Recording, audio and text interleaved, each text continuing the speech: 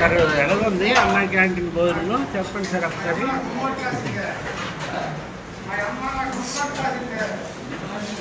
చాలా బాగుందండి.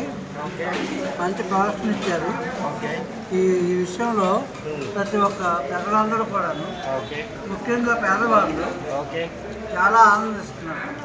ఎందుకంటే బయటకు వెళ్ళి తినలేని పరిస్థితి.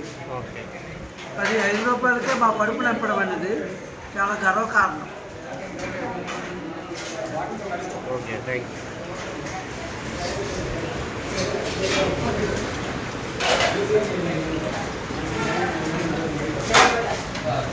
సార్. చెప్పండి, మీరు అన్నా క్యాంటీన్లో భోజనం ఏ విధంగా ఉంది? ఆడదిక్కులేని వాళ్ళకి ముఖ్యంగా చాలా బాగుంటుంది సార్. ఓకే.